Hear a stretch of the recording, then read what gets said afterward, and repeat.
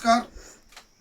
আপনারা জানেন এই 4ই মে পশ্চিমবাংলায় তৃণমূল কংগ্রেসের সরকারকে পতন ঘটিয়ে ভারতীয় জনতা পার্টি সরকার প্রতিষ্ঠিত হয়েছে।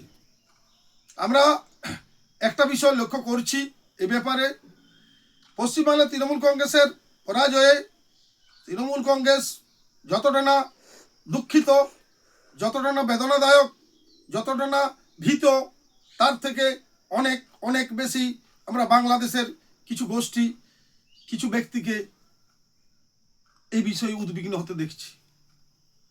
আমরা জানি যে পশ্চিমবাংলা ভারতবর্ষের একটা অঙ্গরাজ্য, তার নির্বাচনে প্রতিবেশী একটি দেশে কীরূপ প্রভাব পড়ে সেটা আমরা সাম্প্রতিক সে দেশের যারা খোঁজখবর রাখি, বিভিন্ন সংবাদ মাধ্যম, সামাজিক মাধ্যমে আমরা দেখছি তারা পশ্চিমবাংলার নির্বাচন নিয়ে কীরকম উদ্বিগ্ন প্রকাশ করছেন।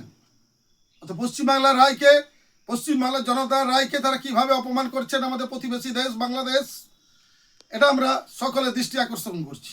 কেন এটা হলো? হঠাৎ বাংলাদেশের বিভিন্ন সংবাদ মাধ্যম, বিভিন্ন ব্যক্তি, বিভিন্ন গোষ্ঠী কেন পশ্চিমবাংলা বিজেপির জয়ে আতঙ্কিত? আপনারা জানেন ইতিপূর্বে পশ্চিমবাংলা বিভিন্ন সময় রাজনৈতিক পালাবদল হয়েছে।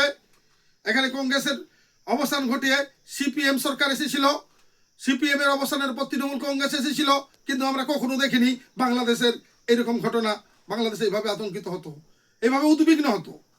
তাহলে বিষয়টা কি? বিষয়টা কি কোথায় লুকিয়ে আছে? না, আমরা জানি যে ভারতের যে প্রতিবেশী দেশগুলো, সেখানে আমাদের চীন, পাকিস্তানের সাথে যে সীমা, সেখানে খুব সুরক্ষিত সীমা, সেখানে আমাদের সাথে প্রতিবেশী দেশগুলোর সাথে আমাদের পরিস্থিতি খুব ভালো যে তা নয়, তাই সেখানে আমাদের সীমাকে সুরক্ষিত রাখতে হয়। কিন্তু আমাদের বাংলাদেশের যে সীমা, এখানে আমরা দেখেছি শেখ হাসিনা সরকারকে মানে গায়ের জোরে হটিয়ে, এবং বর্তমান যে নির্বাচন বাংলাদেশে হলো, সেখানে শেখ হাসিনার মতো বৃহত্তম দলকে, আওয়ামী লীগের মতো বৃহত্তম দলকে অংশগ্রহণ করতে না দিয়ে সামান্য কিছু মানুষের রায় নিয়ে একটা সরকার প্রতিষ্ঠিত হয়েছে, যে সরকার ভারত বিরোধী হিসাবে পূর্বে পরিচিত ছিল। তাই আমরা বলতে চাইছি যে পশ্চিমবাংলার নির্বাচন পশ্চিমবাংলার জনগণ ঠিক করবেন। সেখানে বাংলাদেশের যেসব সংবাদ মাধ্যম, যেসব ব্যক্তি গোষ্ঠী এরা বলছেন, এদের কারণটা কি? আমরা জানি যে বাংলাদেশের সীমান্ত দিয়ে তৃণমূল কংগ্রেসের আমলে বিভিন্ন সময়ে বিভিন্ন গোষ্ঠী এখানে এসেছে, বিভিন্ন উগ্রপন্থী গোষ্ঠী এসেছে, বিভিন্ন বহিরাগত ব্যক্তি এসেছেন, এবং এখানে সরকারের সহায়তায় ভোটার কার্ড, আধার কার্ড, চাল আধার কার্ড করে তারা এই রাজ্যে বসবাস করে, এবং এই রাজ্যে বসবাস শুধু করে তা নয়, ভারতের বিভিন্ন রাজ্যে পাড়ি দিয়ে তারা ভারতের অভ্যন্তরীণ নিরাপত্তার ক্ষেত্রে বিঘ্ন ঘটায়। এটা আমরা অতীতে দেখেছি, প্রমাণ সহ দেখেছি। ভারতবর্ষের বিভিন্ন রাজ্যে বাংলাদেশি উগ্রপন্থী গোষ্ঠীর লোক কিভাবে ধরা পড়ে। তাই স্বাভাবিকভাবেই বাংলাদেশের যারা উগ্রপন্থায় মদত দিতেন যেসব গোষ্ঠী ব্যক্তি, তারা স্বাভাবিকভাবে উদ্বিগ্ন।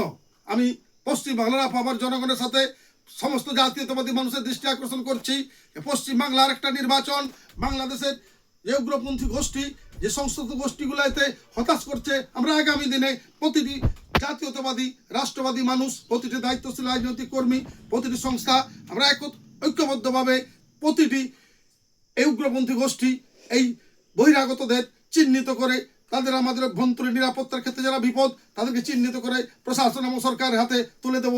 এই দায়বদ্ধতা আমাদের রইল। এই দায়বদ্ধতা আমি আশা করি প্রতিটি মানুষের কাছে। সকলকে জাতীয়তাবাদী গৈরিক অভিনন্দন জানিয়ে সামাজিক মাধ্যমে আমার এই বক্তব্য আমি এখানে শেষ করছি। নমস্কার।